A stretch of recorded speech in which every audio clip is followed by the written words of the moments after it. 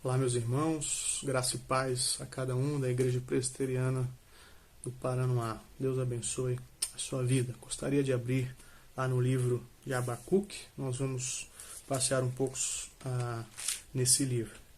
A gente vive momentos difíceis, né? Essa pandemia tocando aí no mundo inteiro, se alastrando.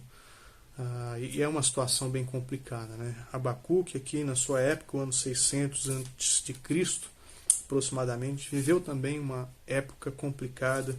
Ele encontrou aí ânimo, refúgio, esperança, força, vitalidade no Senhor. E meu objetivo aqui é esse também, encontrarmos aí esperança, ânimo, força no Senhor, em sua palavra. Então, que Deus nos abençoe nesse breve estudo. O livro ele é um diálogo. A ideia do livro é o profeta questiona a Deus e Deus responde. A estrutura do livro acontece dessa forma. É mais ou menos a seguinte: Deus, se tu é justo, por que a gente está enfrentando isso? Por que acontece maldade no mundo? Por que o teu povo sofre se tu és justo, se tu és soberano? É mais ou menos como Jó fez ali, questionando a Deus por aquilo que estava acontecendo na vida dele. E Abacuque é também esse homem sensível, o homem que tem zelo pelo povo de Deus, pela glória de Deus. E ele então tem intimidade com Deus para questionar a Deus, para entrar em um diálogo aberto, ali, franco, sincero com o Senhor.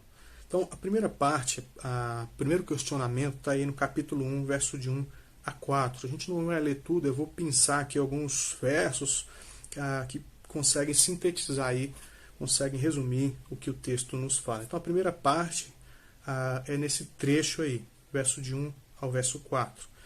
E o profeta, então, verso 2 diz o seguinte: até quando, Senhor, clamarei eu, e tu não me escutarás? Gritar-te-ei violência, e não salvarás. Qual que é a ideia? O profeta aqui, ele é um homem sensível ao pecado. Então ele vê o pecado no meio do povo de Deus e ele se indigna. E ele então clama a Deus. Ele é um profeta como João Batista, que vê o pecado e denuncia. Tá? Então é nesse sentido que o livro começa, que o texto aqui nos mostra.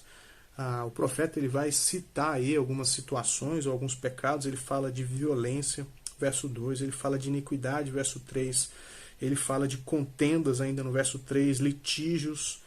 Ele vai falar de que a lei se afrouxa, a justiça nunca se manifesta, porque o perverso cerca o justo e a justiça é torcida. Então a injustiça está acontecendo, mas o profeta é sensível. Aqui é a primeira lição para nós. Quando a gente vê o pecado, quando a gente contempla aí a maldade, como o nosso coração se sente? Será que a gente se indigna ao ver a injustiça?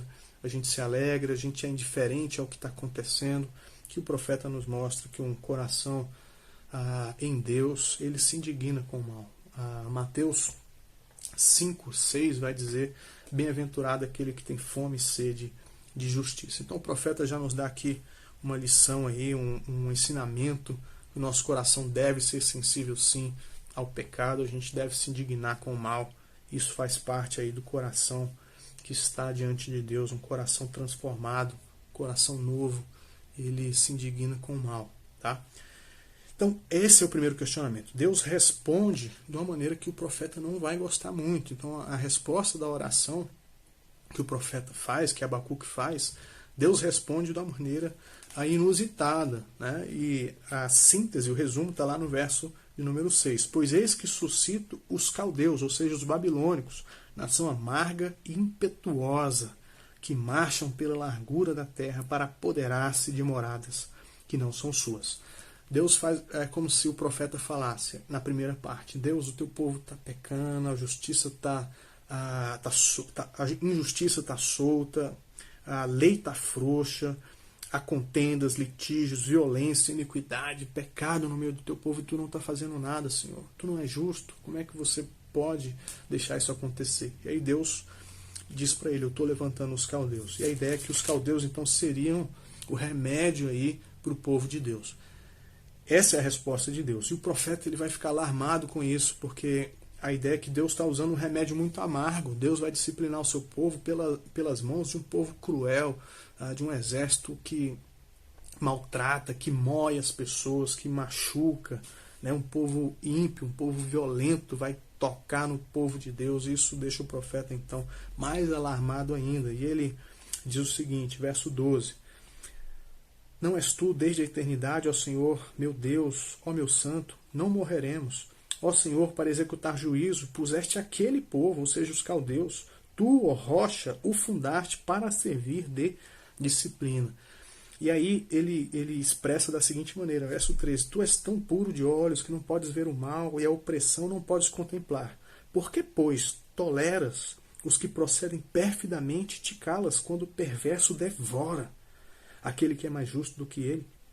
Essa ideia, o profeta fica alarmado, porque Deus vai usar o ímpio para punir o justo, para disciplinar o próprio povo de Deus. Isso então leva o profeta a questionar mais uma vez a Deus. A ideia é a seguinte: muitas vezes a resposta que Deus nos dá da nossa oração não é aquilo que a gente esperava, né? Nós temos a nossa visão aqui humana, a nossa visão terrena muitas vezes, mas Deus é eterno, Deus está lá em cima, Ele tem os seus planos, e se Ele responder de alguma maneira alguma oração nossa, algum pedido nosso, é bênção para nós. Se Ele disser não, é bênção. Deus, Ele disciplina o seu povo, assim como um pai disciplina o seu filho. Deus nos abençoa da maneira que a gente precisa, e não somente com aquilo que a gente quer, que é aquilo que a gente deseja. Então, a segunda lição é essa: muitas vezes a resposta que nós temos das nossas orações não são as coisas muitas vezes que a gente deseja, mas Deus é sábio, Deus é Pai, Deus nos ama e Deus também nos disciplina.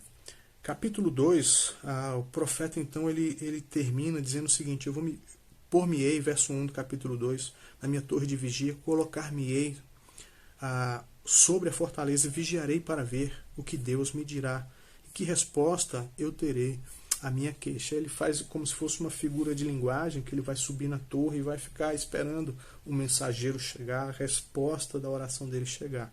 E a resposta de Deus é a seguinte, a síntese, né, o resumo, no verso 4: o justo viverá pela fé. Como se Deus falasse: aquele que crê em mim vai viver, eu vou preservar o meu povo, né? Eu amo aqueles que são meus, aqueles que eu justifiquei, esses são meus e eu os preservo.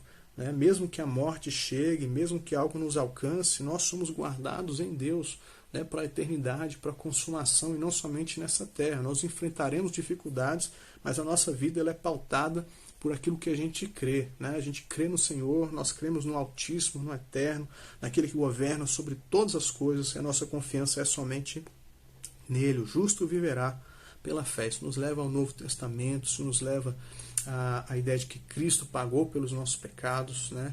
Nós cremos em Jesus e a justiça de Jesus é colocada sobre nós. Deus coloca a justiça de Cristo em nós e aí Deus nos chama de justos, né? Deus fala que os nossos pecados são cancelados. É esse texto aqui que levou o apóstolo Paulo em Romanos e em Gálatas a tocar no ponto da justificação, né? Então a primeira parte da resposta de Deus é essa: o justo vai viver pela fé, né? Eu vou preservar o meu povo. O povo de Deus não vai ser eliminado, o povo de Deus não vai acabar.